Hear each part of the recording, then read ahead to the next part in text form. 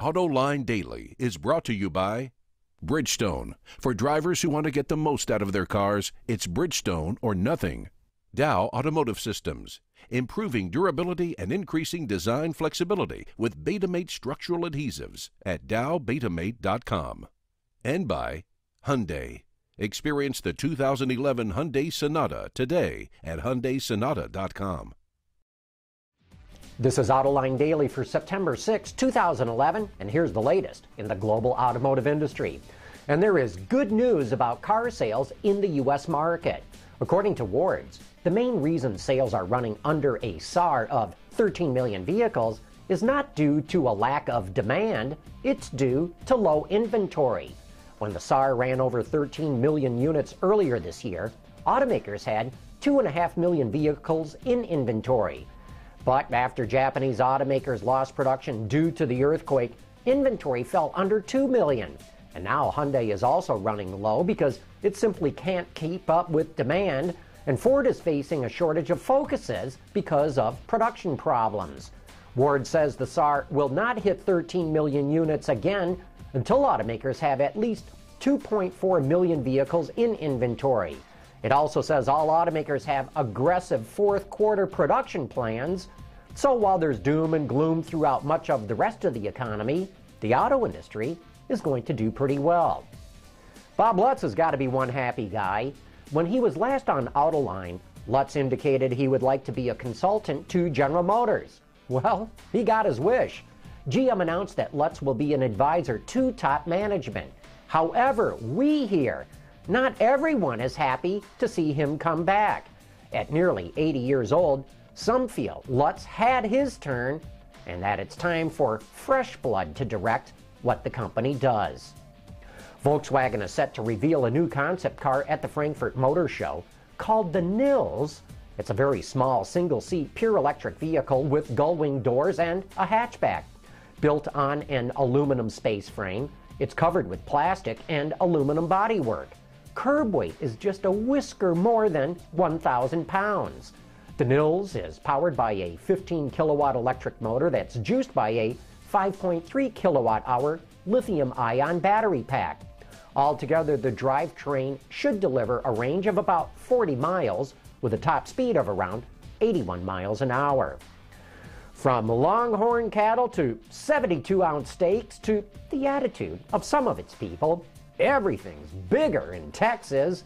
And now you can add another thing to that list: speed limits. The Lone Star State just raised the maximum to 85 miles an hour. That's 137 kilometers an hour, but it only applies to rural areas, so don't get too excited. Everywhere else, it's still 75 miles an hour. Hey, it's the first Tuesday of the month, and that means another episode of Open Line is live tonight. Co-host Chelsea Sexton has all the details. Thanks, John. Michelle Naranjo and I will both be on tonight for the usual show, but I'm doing this promo by myself behind her back because I haven't told her who the secret guest is. It's one of those I'll tell you, but I'll have to kill you kind of things. We're actually going to have Jim Woolsey, former director of the CIA, on to talk about the different sorts of fuels and cars that he loves and why Osama bin Laden hates his car. We'll be on at the usual time, 8 o'clock Eastern, 5 o'clock Pacific. You can join at autoline.tv or call in 712-432-0900 and pin code 911633. Thanks for that update, Chelsea. Sounds like a good show tonight. Back in 2009, the Obama administration slapped tariffs on Chinese tires because they were dumping them. China appealed the case to the World Trade Organization, but now the WTO rejected China's appeal.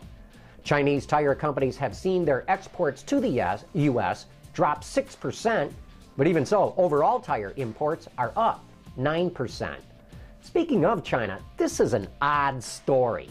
Last Monday, the country's quality agency accused Toyota of selling vehicles with faulty parts that, and I quote, caused many casualties. However, the agency didn't give any other details. This prompted a meeting with government officials and Toyota executives. But in a surprise twist, the government says Toyota doesn't need to recall those vehicles. It only needs to investigate the problem. But you know, this just doesn't pass the smell test for me. I mean, you talk about all kinds of casualties and then say they only have to investigate it. Sure sounds like there's something else that's going on here. Coming up next, here's some advice for anyone interested in advancing their career.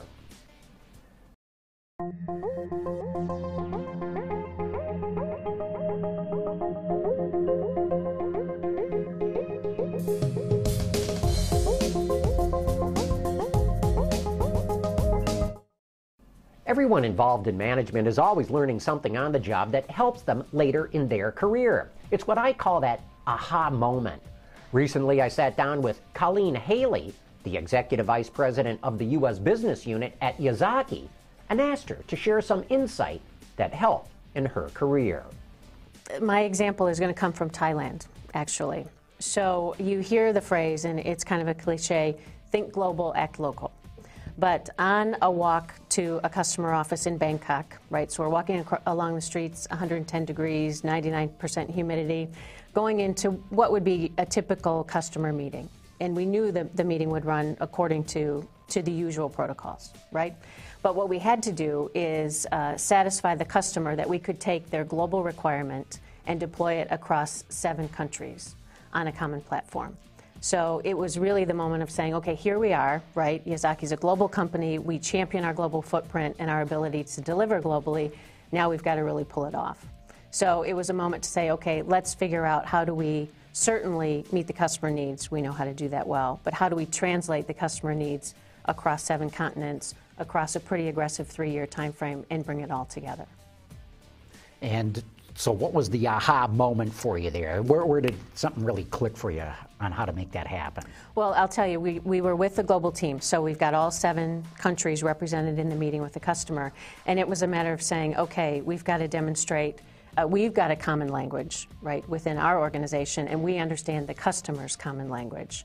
So one of the key ahas for me was, I'm sitting across a person that I would have met with in Southeast Michigan 2 weeks ago. Now here we are both in Bangkok with our global teams. This is where, right, you really pull the global programs off.